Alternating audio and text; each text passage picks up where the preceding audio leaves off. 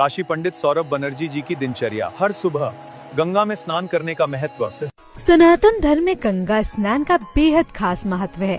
किसी भी धार्मिक पूजन या पर्व से पहले गंगा स्नान अहम है। मान्यता है कि गंगा स्नान करने से व्यक्ति के सभी पाप धुल जाते हैं।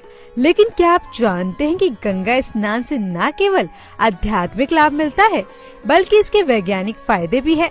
वो कैसे, आइए समझते हैं। सबसे पहले बात करते हैं गंगा जल से जुड़े वैज्ञानिक तथ्यों के बारे में। वैसे तो गंगा जल पर कई रिसर्च हुए जिसमें पाया गया कि गंगा जल में कई बीमारियां पैदा करने वाले इकोलाई बैक्टीरिया मारने के गुण होते हैं। वैज्ञानिकों ने ये भी माना कि जब हिमालय से गंगा बहती हुई आती है तो कई खनिज और जड़ी बूटियों का इस पर असर होता है और उनके गुण गंगा के जल में समा जाते हैं। गंगा के पानी में प्रचुर मात्रा में सल्फर होता है जिससे जल लंबे समय तक खराब नहीं होता।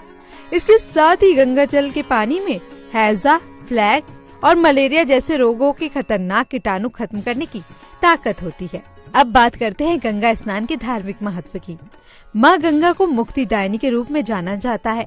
ऐसा इसलिए क्योंकि पौराणिक काल में मान्यता है कि गंगा में स्नान करने से सभी पापों से मुक्ति मिल जाती है और अनंत पुण्य की प्राप्ति होती है। वेद एवं पुराणों में माँ गंगा के जन्म से जुड़ी वैसे तो कई कथाएं प्रचलित है। इन्हीं में से एक ये भी है कि गंगा भी माँ पार्वती की भांति महादेव को पति के रूप में पाना चाहती थी।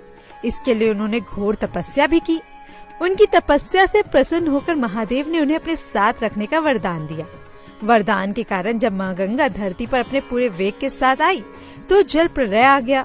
जल प्रलय से बचने के लिए महादेव ने उन्हें अपनी जटाओं में समाहित कर लिया और तब से गंगा भगवान की जटाओं से प्रवाहित होती है।